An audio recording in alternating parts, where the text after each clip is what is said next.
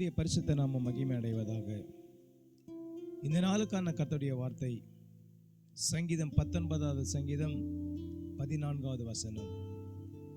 கர்த்தாவே, என் வாயின் வார்த்தைகளும் என் இருதயத்தின் தியானமும் உமது சமூகத்தில் பெரிதியாயிருப்பதாக என்று சொல்லி, கர்த்தர் ஒரு மனுஷனிடத்தில் எதிர்பார்க்கிறது 2 காரியங்கள்.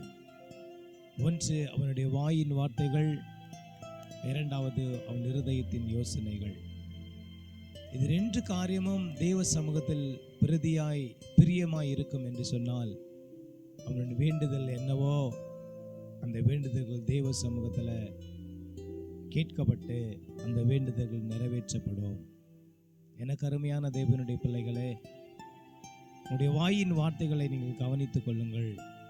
உங்கள் இருதயத்தின் யோசனைகளை கவனித்துக் கொள்ளுங்கள். இந்த 2 காரியங்களிலே நீங்கள் தேவனுக்கு பிரியமாய் நடப்பீர்கள் என்று சொன்னால், உங்கள் வாழ்க்கையை கர்த்தர் ஆசீர்வதிப்பார். உங்கள் ஜெபங்கள் கேட்கப்படும். உங்கள் வேண்டுதல்களுக்கு ஆண்டவர் சீக்கிரமாய் பதில் தருவார்.